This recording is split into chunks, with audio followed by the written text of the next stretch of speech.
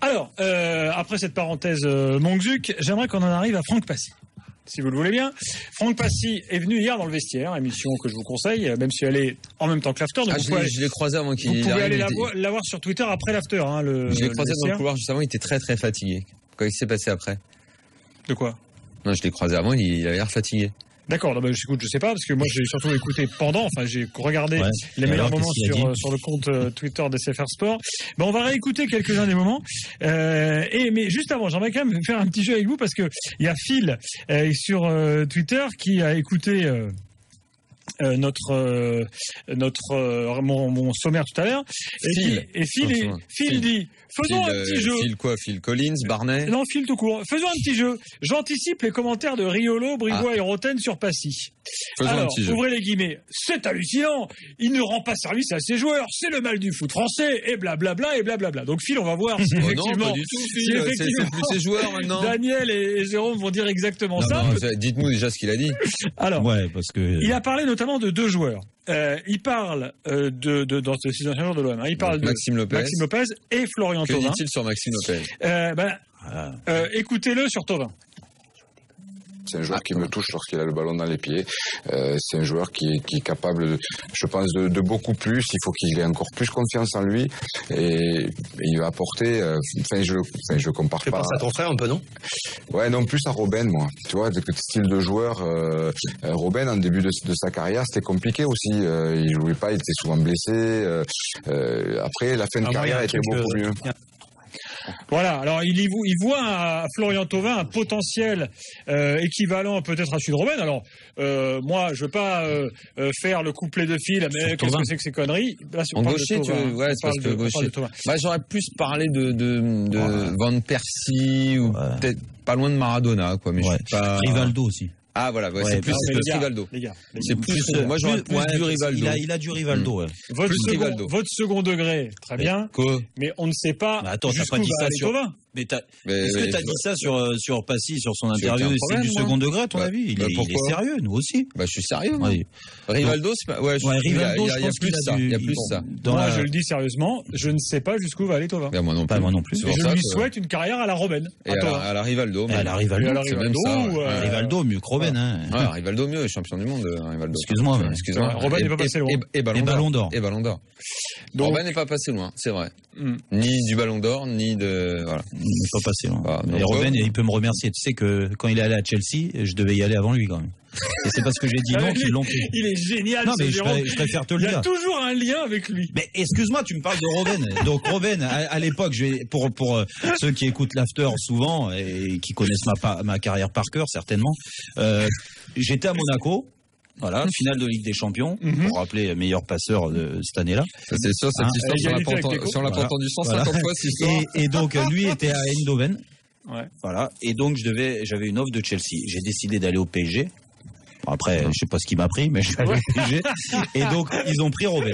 Voilà. Après, il a fait une belle carrière, je l'ai bien lancé. Tu regrettes d'ailleurs non, mais j'ai bien lancé Robben. Moi, on s'en fout. Je parle de Robben. Il est heureux, là. Alors, sur Maxime Lopez, alors, sur Thauvin, moi, je comprends. Écoute. Je trouve même qu'il va pas assez loin. Écoutons-le sur Maxime Lopez.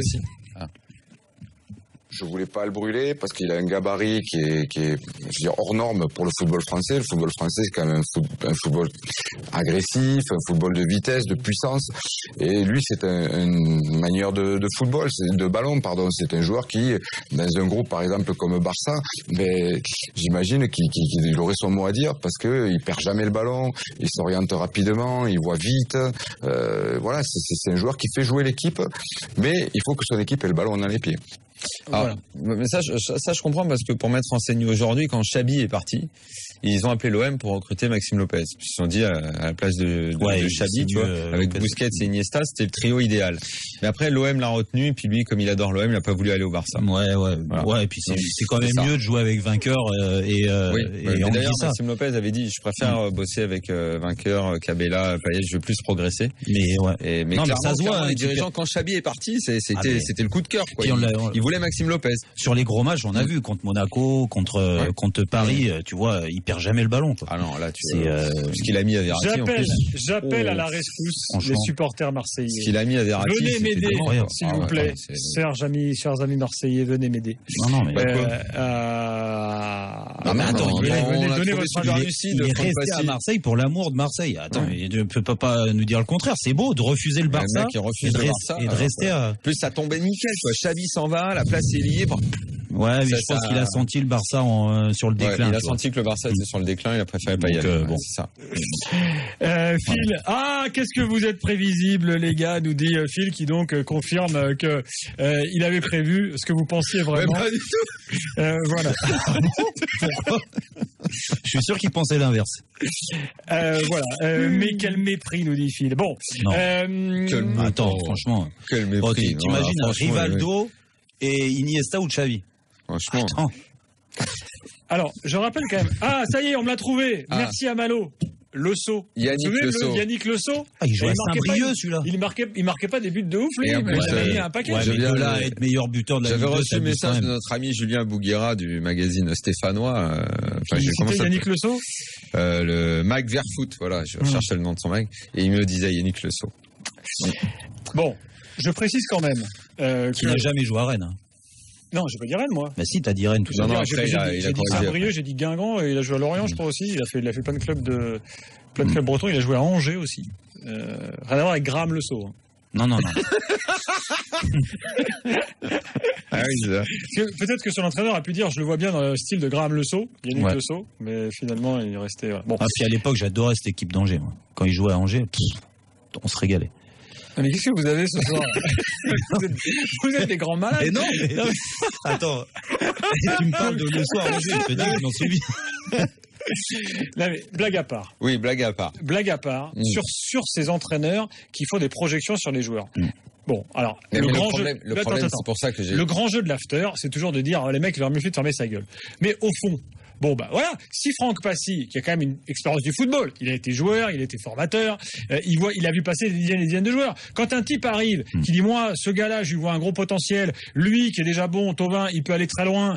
Bon, bah voilà, alors, peut-être qu'il faudrait pas citer des joueurs, parce que, évidemment, tout de suite, ça vérole la pensée, parce qu'on se dit, voilà, l'autre, il a cité Robben pour Thauvin, il a cité machin le Barça pour Lopez, comme à l'époque, Antonetti, quand il te disait, le Barça pour Mvila et compagnie. Mais enfin bon, Antonetti, par exemple. Antonetti, quand Loris fait son premier match avec Nice, Antonetti dit, Loris, je vous l'annonce, il va faire une grande carrière, il sera en équipe de France dans pas longtemps. Bon, bah, oui, là, il s'est pas planté. Ils le disent tous de tout le monde, donc ça, de temps en temps. D'un moment, t'as des bonnes surprises. Non, mais c'est un peu facile de tomber à chaque fois sur les mecs, de dire, ouais, il a dit ça, donc. Alors, je vais te donner mon point de vue sérieusement. Je trouve que ça n'a aucun intérêt. Ça n'a aucun intérêt. Ça n'a aucun intérêt de comparer et de dire tel club, tel truc. Ça n'a même aucun intérêt pour la bonne et simple raison que la plupart des mecs, s'ils arrivent à ce niveau-là, s'ils sortent d'un parcours qui est quand même compliqué, tu vois, pour devenir footballeur professionnel, c'est que de toute façon, tu sais, il y a des accidents, des mecs, on se demande comment ils sont arrivés, quand ils voient le ballon a peur et tout, mais bon, globalement, ce sont des bons joueurs de foot. On sait très bien que la carrière ne repose que finalement, pour une part plutôt infime par rapport à ce qu'on pourrait le penser, sur ce que sait faire le mec avec le ballon. Mais que ça va se jouer sur plein d'autres aspects, notamment mental. Ah bah oui. Et toi, donc, ça n'a aucun intérêt. Et d'ailleurs, ce sujet, j'en parle depuis des années. C'est pour ça que Phil, d'ailleurs, rigolait. Il avait raison, d'ailleurs, de nous caricaturer. Parce que veux-tu que je fasse que de répéter sans arrêt les mêmes choses? Ça m'intéresse tellement que d'abord, je m'y suis beaucoup intéressé à ce sujet. Et que d'ailleurs, ça tombe bien, coïncidence. Il se trouve que samedi, dans Transversal, donc le magazine que j'ai le plaisir de présenter tous les samedis midi, on va faire un gros dossier là-dessus. Qu'est-ce que veut dire le potentiel? J'ai rendez-vous demain matin avec Rémi Garde, après-demain avec Gérard Rouillet, qui sont deux personnes qui ont à peu près tout vu de ce qu'est la chaîne du football, que ce soit de la formation, des jeunes qui ont réussi, des jeunes qui ont raté. Ils ont entraîné à haut niveau, ils ont suivi toutes les formations d'entraîneurs, et en plus, Rouillet est allé à l'étranger. Bref, il connaît tous ces sujets-là. Et on va donc faire on va non seulement faire un reportage, mais on les aura en interview, donc samedi dans l'émission. On parle de ça. Moi, je maintiens, c'est mon credo depuis toujours, cette histoire de potentiel, ça ne signifie rien. À partir du moment où tu arrives là, c'est que forcément t'en as un potentiel. Sinon, t'arriverais pas là. À 21 ans, à 20 ans, t'es pas dans un club pro, et encore moins à 23, si t'as pas du potentiel. Oui, évidemment que t'en as du potentiel. C'est obligatoire. Mais après, c'est l'éclosion, la façon dont tu vas bonifier ce potentiel, ça, c'est... Ouais, puis accepter c'est autre chose. C'est pour ça que ça ne sert à rien, ce que tu dis. Je précise juste, c'est Ouattara qui nous le rappelle. Ancelotti, quand il arrive au PSG, compare Bodmer avec Seedorf et Pirlo. Oui, bien sûr. Mais ouais. Mais parce que moi, je te le dis clairement, je pense... Alors, Pirlo, enfin, c'est pour ça encore que ces comparaisons avec les noms.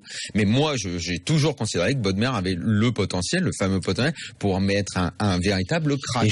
Mais lui, il ne l'a pas senti, il ne l'a pas voulu. Il s'est pas donné le mal d'aller se tuer à l'entraînement tous les jours, d'en faire des tonnes. Puis pour le cas de Bodmer, c'était déjà un joueur confirmé. Ce que je veux dire, il arrive à Paris avec un entraîneur Ancelotti qui le kiffe. Si Ancelotti était resté au Paris Saint-Germain de longues années, comme l'a fait Laurent Blanc, par exemple, je suis persuadé qu'il aurait réussi à trouver une place à Bodmer et qui s'éclate d'autant plus qu'il l'a fait au Paris Saint-Germain, même s'il a fait des bons matchs. Après, moi, concernant le potentiel, moi je rejoins Daniel. Si tu veux un potentiel, pour parler du petit Maxime Lopez, il a 19 ans, il a fait une année de CFA seulement, et tout de suite il est versé dans le grand bain. Il arrive dans une équipe où il s'impose. Alors il n'a pas que des cracks autour de lui dans le milieu de terrain, c'est sûr. Et il arrive à se faire sa petite place, à progresser, à montrer des choses intéressantes. Mais le plus dur, il va commencer dès l'année prochaine. Parce que le projet de Marseille, déjà ils l'ont fait re-signer. Donc c'est qui compte sur lui. Mais il va y avoir de la concurrence. Et à travers cette concurrence, c'est peut-être nouveau pour lui. On va l'attendre au tournant. Il va avoir cette fameuse pression qui fait d'un sportif de haut niveau, de très haut niveau, voire un grand sportif. Et ça, cette pression, on ne sait pas aujourd'hui s'il pourra la gérer. Il a que 19 ans. On ne sait pas ce que demain, il fait une bonne année prochaine, et je lui souhaite. Et il a des offres de droite à gauche, et tu sais pas l'entourage, tous les gens qui vont se greffer et qui vont lui remonter la tête. Tout ça, sûr. On sait pas comment il va gérer tout ça. Et moi, j'aime bien prendre l'exemple d'un autre sport que j'adore et que je suis beaucoup, le tennis. D'après toi, est-ce que Gasquet, Monfils et Tsonga ont pas le potentiel pour gagner un grand chelem? Mais évidemment que oui. Sauf que, en tout cas pour ce qui est de Monfils et Gasquet principalement, ils n'ont jamais voulu se tuer à l'entraînement comme les autres. Un mec comme Murray, Wawrinka, alors je parle pas des Federer et Nadal qui sont dans une autre dimension. Gasquet, dès qu'il perd, t'as l'impression que lui, il était fort. Ouais, il s'en fout un peu. Il a une belle vie, il a une belle carrière, il a pas forcément besoin. Et mon fils, alors, il a pas les capacités, oui, mais il a pas envie de se tuer comme les autres au taf.